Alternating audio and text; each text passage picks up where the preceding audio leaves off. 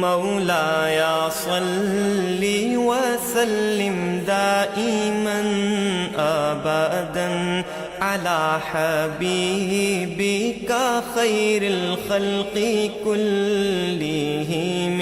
سامعین اکرام، آج کی نشست کا موضوع کیا انسان اپنے آپ کو بھلا بیٹھا ہے؟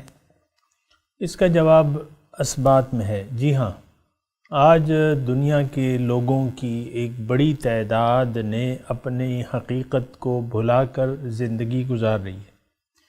یعنی اپنے آپ کو بھلانے کا مطلب یہ ہے کہ آپ نے اپنی حقیقت کو بھلا دیا۔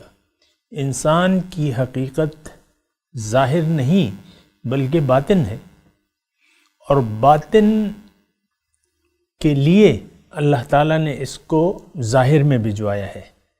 یعنی اس کو اب ظاہر، اس کا مقصود بھی باطن ہے، یعنی اللہ تعالیٰ کی ذات اس کو مطلوب، محبوب و مقصود و معبود ہے۔ یعنی اللہ کی ذات اس کی معبود بھی ہے اور مقصود بھی ہے۔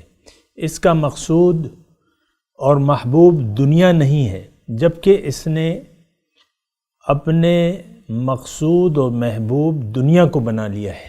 یہ ایک بہت بڑی غلطی ہے، اور ایسا کرنے سے اس کو بہت بڑے نقصان کا اندیشہ ہے، کیونکہ اس سے اگر جوابدہی نہ ہوتی، یعنی اس سے جواب نہ طلب کیا جاتا، جیسے کہ قرآن میں ہے کہ ثم لتسألن یومئذ عن النعیم، پھر میں تم سے اپنی نعمتوں کے بارے میں پوچھوں گا۔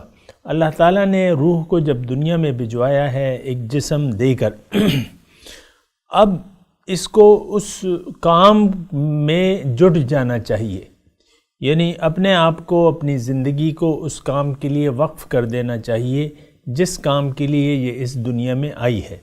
اگر یہ انسان اپنے آپ کو بھلا دیتا ہے، یعنی اپنے مقصود کو بھلا دیتا ہے، اپنے حقیقت کو بھلا دیتا ہے، اور اللہ کی ذات کو بھی بھلا دیتا ہے بحیثیت مقصود، محبوب و مطلوب، تو یہ ایک بہت بڑی خطا کا مرتکب ہے۔ اب یہ ایک گمراہ انسان کہلانے کا مستحق ہے کہ ایک یہ گمراہ انسان ہے۔ اللہ تعالیٰ نے اس کے بارے میں فرمایا ہے کہ یہ تو بہت دور کی گمراہی میں جا پڑے ہیں ایسے لوگ۔ اور جو لوگ اللہ تعالیٰ کو بھلا دیتے ہیں وہ اپنی حقیقت کو بھی بھول جاتے ہیں۔ قرآن کی آیت ہے وَلَا تَكُونُوا كَالَّذِينَ نَسُوا اللَّهَ فَأَنسَاهُمْ أَنفُسَهُمْ، تم مانند نہ ہو جانا ان لوگوں کی جنہوں نے اللہ کو بھلا دیا، نتیجتاً وہ اپنے آپ کو بھول گئے۔ اللہ تعالیٰ کو بھلا دینے کا مطلب یہ ہے کہ آپ اللہ تعالیٰ سے نہ پوچھیں کہ اے اللہ تو نے مجھے کیوں پیدا کیا ہے، میں نے کیا کرنا ہے اس دنیا میں۔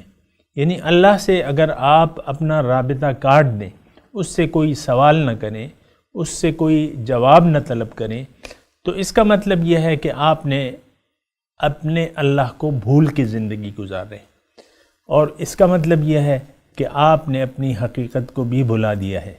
بہرحال ضرورت اس بات کی ہے کہ ہم اللہ کو یاد کریں، اللہ سے تعلق قائم کریں۔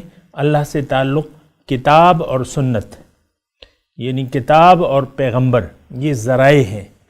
کتاب میں اللہ تعالیٰ نے آپ سے باتیں کی ہیں، آپ کتاب کو سمجھنا شروع کر دیں کہ کتاب میں کیا لکھا ہے، کتاب میں میرے بارے میں کیا ہے، مجھے کیوں اللہ تعالیٰ نے بنایا ہے، تو یہ بالکل کتاب میں واضح ہے سامنے کرو۔ پھر حضور صلی اللہ علیہ وسلم نے دعوت دینے والے بن کے آئے ہیں، داعیاً الی اللہ باذنہ وسراجا منیرا، اللہ تعالیٰ کی طرف دعوت دینے والے آئے ہیں اور ایک روشن چراغ ہیں۔ تو آپ کو رسول کی ذات سے بھی پھر رابطہ کرنا ہے، اور پھر اللہ والوں سے آج مقامی طور پر ایک اللہ والے کو ڈھونڈنا ہے، اور ایک سچے انسان کو ڈھونڈنا ہے جو آپ کو اپنی شناخت دے، اور آپ کو آپ کے مقصد سے آگاہ کرے، اور آپ کو مقصد کے راستے سے آگاہ کرے، اور آپ کو اس مقصد تک پہنچنے کا طریقہ بھی بتائے۔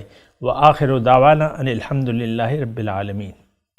مولایا صلی وسلم دائما أبدا على حبيبك خير الخلق كلهم